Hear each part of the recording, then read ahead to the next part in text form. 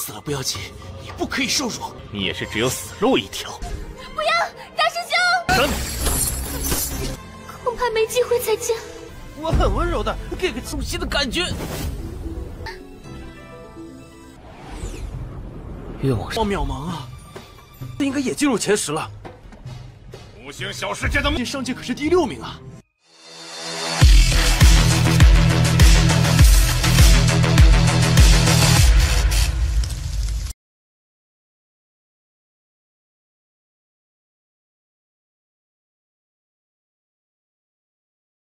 ！Halo semuanya, selamat datang di Ruang Sinema. Bagaimana kabar kalian semua? Semoga selalu sehat dan baik-baik saja. Sesuai jadwal, jadi pada hari ini kita akan kembali melanjutkan series Donghua Supreme God Emperor episode terbaru. Yang mana ini adalah episode yang ke-506. Bagi yang mau bergabung dengan series ini, kita sudah sediakan playlistnya. Jadi kalian bisa dengan mudah mencari di mana episode awal dari series ini. Namun sebelum kita mulai episode terbarunya, kita akan lihat dulu apa saja yang telah terjadi pada episode sebelumnya. Tepatnya pada episode 505. Kemarin Muyun telah terlibat dalam pertarungan antara pria bernama Mo berhadapan dengan pria bernama Yi Kangli dari dunia kecil Guntur. Muyun memilih untuk menyelamatkan Mo dan bertarung dengan Yi Kangli. Dalam pertarungan itu sudah jelas kalau kekuatan yang Qingchen miliki terlalu mengerikan. Ia pun dengan mudah menghabisi Yi Kangli dan melakukan perjalanan bersama Mo, sebab dia itu terus berkata ingin menjadi pengikutnya. Mo tidak mau, Muyun pun membawanya. Nah, ternyata Mo ini tahu mengenai lokasi dari 4 harta di tempat ini. Jadi dia akan membawa Muyun ke sebuah gunung. Hanya saja di sana sudah ada banyak orang yang juga pergi ke sana, termasuk dengan Luo Tiandu dan Luo Su. Namun perjalanan mereka terganggu oleh kemunculan seorang pria bernama Luo Da. Tapi ia tidak datang sendirian karena rekannya bernama Dier langsung saja melukai Luo Tiandu. Sekarang kita akan melanjutkan episode terbarunya. Dier bersama Ludo berencana untuk membiarkan Luo Su hidup, pasalnya tempat ini sangatlah tidak seru jika tanpa hiburan. Mereka akan menyingkirkan Luo Tiandu agar bisa bersenang-senang dengan Luo Su. Mereka berdua sama sekali tidak peduli jika harus berbagi, karena hal itu justru lebih mereka sukai. Alhasil kedua pria ini pun mulai membayangkan yang tidak-tidak kepada Luo Su. Sebagai senior yang baik, Luo Tiandu pun meminta Luo Su untuk segera pergi, karena dia itu tidak ingin melihatnya dipermalukan. Namun Luo Su tidak ingin meninggalkan seniornya. Sedangkan bagi Luo Da tidak ada lagi yang bisa mereka lakukan. Pasalnya mereka telah berhadapan dengan mereka berdua. Meskipun begitu, Luo Tiandu tidaklah takut, bahkan jikapun harus mati, dirinya akan berusaha sekuat tenaga untuk membawa mereka mati bersamanya. Pada saat jugalah pertarungan pun terjadi. Tentu berhadapan dengan dua orang sekaligus bukanlah hal yang mudah bagi Luo Tiandu. Terlebih lagi, dia ini sudah terluka cukup parah. Alhasil mereka berdua pun mengirim Luo Tiandu masuk ke dalam sebuah celah ruang. 死了不要紧，你不可以受辱。你也是只有死路一条。不要，大师兄！什么？大师兄！ Kini hanya tinggal Luo Su seorang diri. Luo Da dan Dier pun sudah tidak bisa menahan diri untuk bisa bersenang-senang dengannya. Hal itu pun membuat Luo Su ketakutan dan dia juga mulai membayangkan Muyun karena bagaimanapun dia selalu datang untuk membantunya.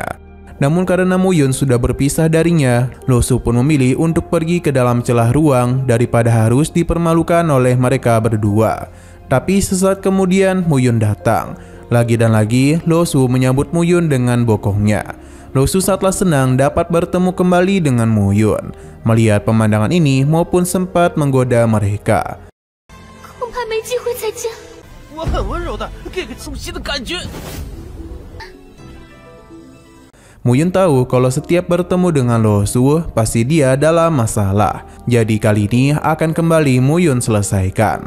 Luo Da dan Dier ini tidaklah tahu siapa Muyun. Mereka malah menganggapnya sebagai pria yang sombong. Jadi tanpa berlama-lama mereka langsung saja melakukan penyerangan dengan energi abadi.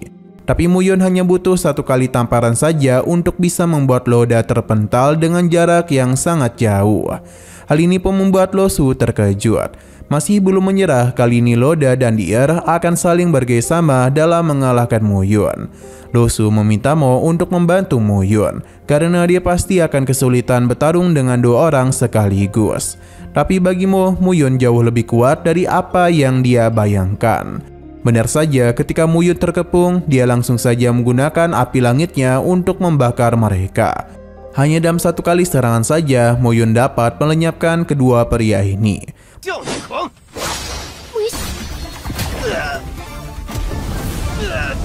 Muyun meminta Lo Su untuk pergi meninggalkan tempat ini karena bagaimanapun kondisi Lo Tiandu tidaklah baik-baik saja. Ditambah gunung ini sangatlah berbahaya.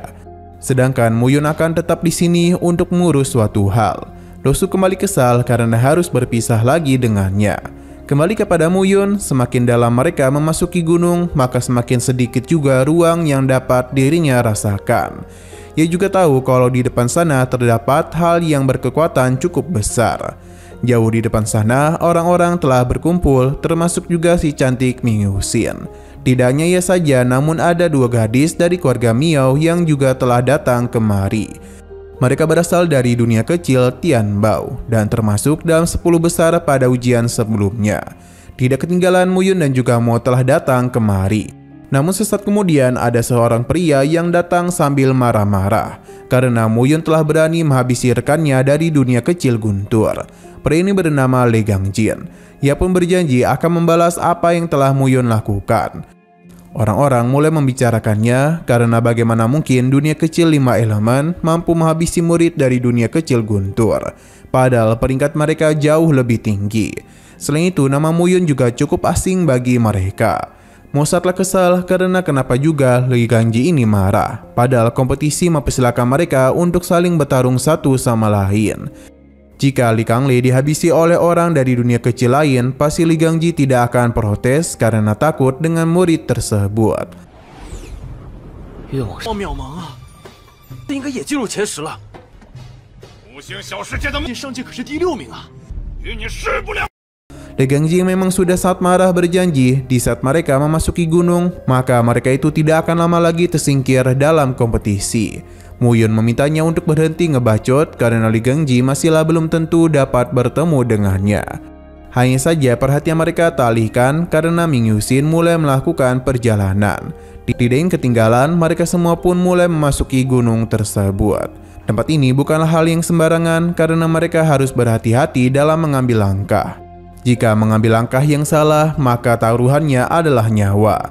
Beberapa orang bahkan harus mati secara tiba-tiba karena kekuatan misterius pada kolam gunung tersebut.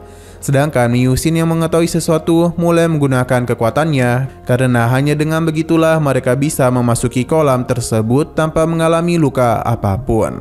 Muyun yang melihat hal ini mulai mengeluarkan sesuatu juga untuk bisa melindungi tubuhnya, dan dia ini sudah siap memasuki kolam tersebut. 明月星行动了。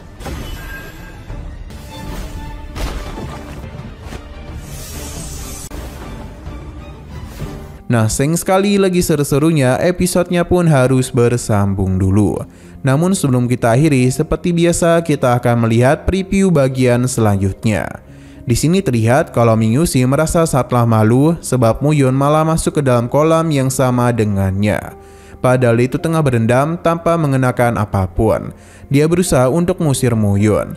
Tapi Muyun merasa dia tidaklah memiliki hak untuk mengusir dirinya. Karena bagaimanapun Muyun juga tertarik untuk berendam di sini. Karena Ming Yuxin terus mencoba memaksa Muyun, jadi dia pun malah mendekatinya. Yang membuat Ming Yuxin semakin malu saja. 你先来，我怎么没想到呢？哼，我才不！ Oke, sekian dulu pada video kali ini. Untuk video selanjutnya akan segera hadir. Jadi bagi kalian yang ingin mengikuti series ini, langsung saja klik subscribe dan aktifkan loncengnya. Terima kasih yang sudah menonton video sampai habis. Jika kalian suka pada video ini, klik like dan share ke teman-teman kalian tentang channel ini. Dan ditunggu aja kelanjutannya. Oke, sampai jumpa di video selanjutnya.